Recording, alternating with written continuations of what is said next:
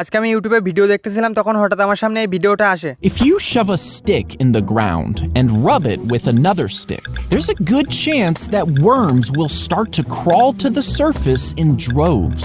This is because the vibrations mimic the sensation of rain, and worms... তো আমি চিন্তা করলাম আমরা যদি এরকম ভাবে কেঁচো বের করার চেষ্টা করি তাহলে কি কেঁচো বের হবে?